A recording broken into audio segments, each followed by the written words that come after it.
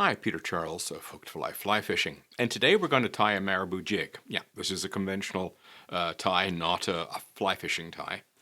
And we're going to show you how to tie a Marabou jig and, some ideas about fishing it and some things we have to be careful of when we start using Marabou as a material. So let's take a look at how we get it.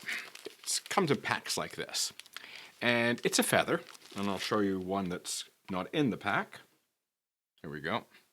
What it looks like is very fluffy, and it moves exceptionally well in the water.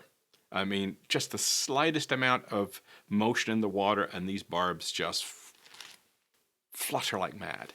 So it's a lovely material to use, but it does come with some problems. A lot of the material in these packs aren't really useful for the type of tie we're going to do. So a lot of what we're buying isn't that great. You get something that is more like this. This one's not too bad. You can spread it. I can work at this and getting it spread out. But a lot of them are really, really bad. And you can't really wind them onto a hook. They just don't work. But don't throw it out. You can use it as a tail. And I'm going to tie a tail on this fly, even though, this jig. I'm going to make that mistake a lot. We're going to tie a tail on this jig, even though you normally wouldn't bother. But we're going to do it anyway just to show you it can be done. As far as the rest of the material is concerned, we're going to use some black thread, and we're going to use some fluorescent crystal flash for the flash on this jig. So let's get started, and as I've talked about before, cover the jig well with thread because it's slippery. I'll just get it past that point. And notice I've taken off the little peg here that holds the soft plastic bait on. We don't need that. So how do I tie on a tail? So I'm going to stroke this feather to squish it, and I'm going to then tie it on.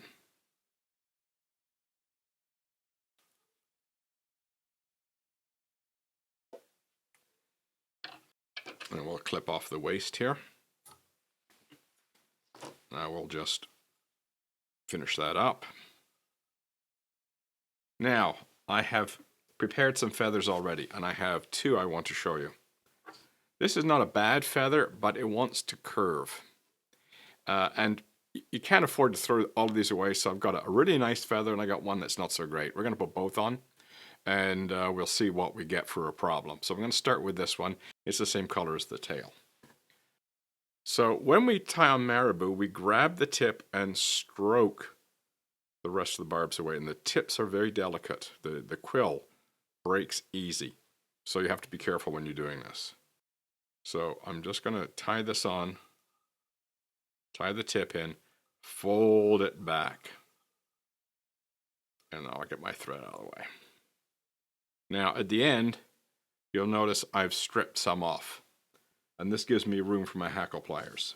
So I grab the quill with my hackle pliers, and I make my first wrap without bothering trying to fold, because the quills are so delicate at the tip, it's very easy to break them. Now when you do that, you of course trap some barbs. And this is where this fact that this feather has a spin to it makes this job a little bit more tricky. I have to keep stroking those barbs towards the back of the hook and picking out the barbs so they don't get trapped. Because if you wrap over the barbs, you're killing the motion of the feather. And you can see the trapping that's going on here. I have to pick. This is why a bodkin is useful. You can come in and pick these out. With each turn, you really have to pick out the barbs of the feather.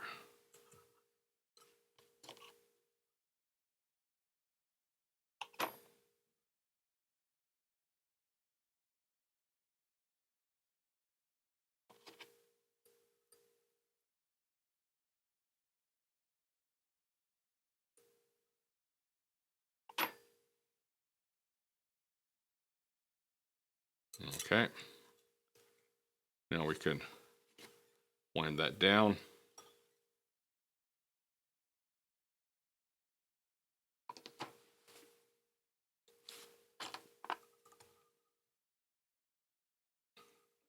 Now I'll take a moment to come in with my bodkin and just make sure they're all picked out and there's no trapped barbs. Now we'll come in with the nicer feather, and again we'll grab it by the tip, stroke the other barbs out of the way, bring our thread to the back, wind in the tip, fold it over, and I get the thread out of the way.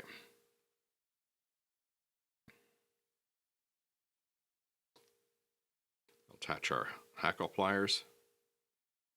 Again, we'll make a one turn so we don't have to worry about the quill breaking. Now we start stroking these barbs back. And we just make sure we don't trap any.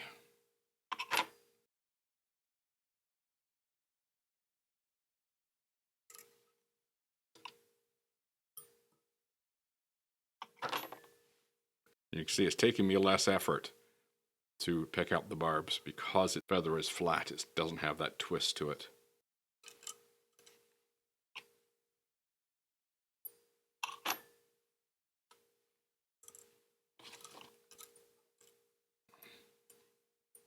There we go.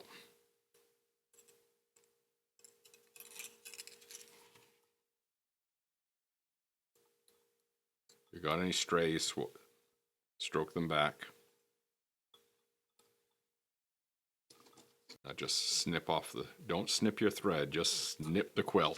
Push your thread out of the way with your finger.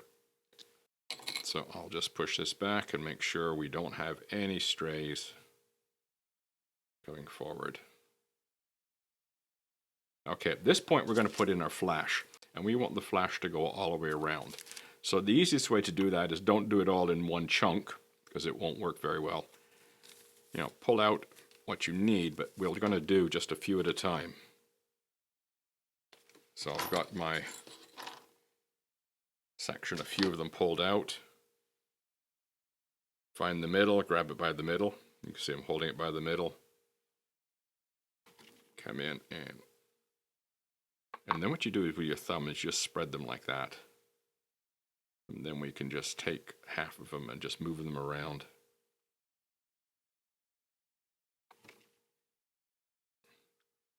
So we've got some over there and some over there, that's good.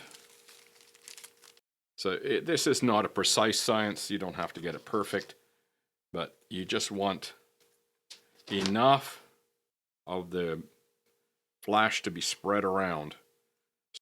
So regardless of how the fish sees the jig, it's going to see some flash.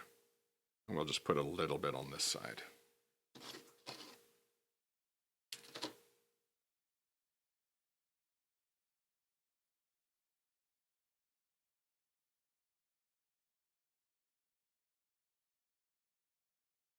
Again, push everything back.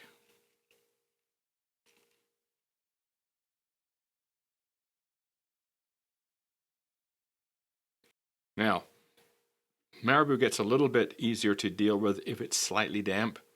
Don't lick your fingers to do this. Have a little sponge beside you that's damp so you can dampen your fingers and put it. If you lick your fingers, I guarantee you can get some really nasty bugs off of fly tying material. Voice of experience, 6 weeks in the bathroom because of Campylobacter. So, not something you want to do. Finally, our last is the black feather.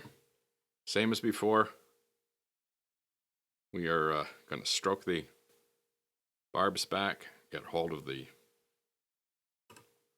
tip, tie the tip in, fold it back, bring the thread forward and get it out of the way. Now we wind the black forward. As before, a wind or so, or two, without folding the material, the barbs back, just to prevent from breaking the quill. And once we've got it started, we can start winding.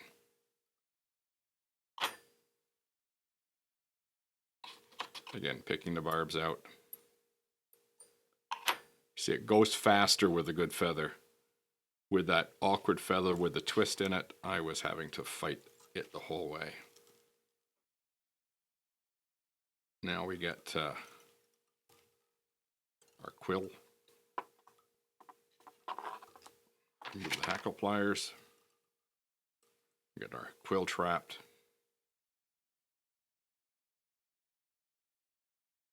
And I'm going to push this back. Come in here, quick. Cut off that quill.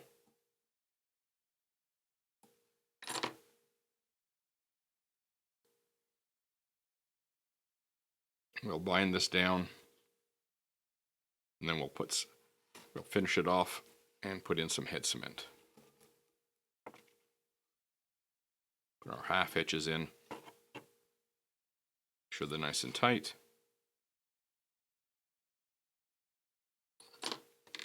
And now for a head cement.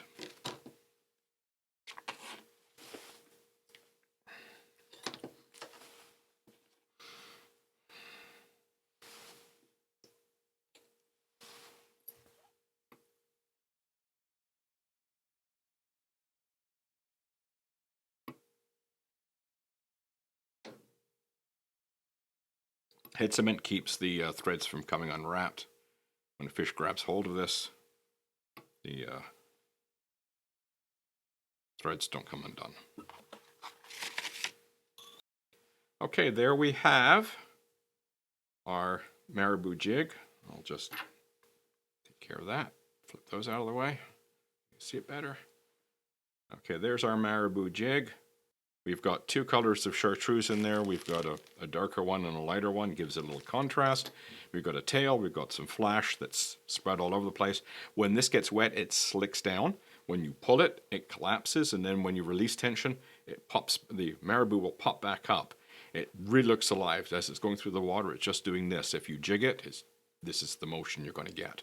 If you just pull it on a straight retrieve, you're going to get a fluttering out of it. So, lovely material to use. And, you know, we use Marabou a lot in fly tying, and we get some great results out of it. We catch a lot of fish on flies that have Marabou in them because they move so well. So give it a try. There's a Marabou jig right there. Not hard to tie. The importance of sorting your feathers to find the nice, good, flat ones that fan out quite nicely. The ones that are kind of bunched together. They're good for using for tails.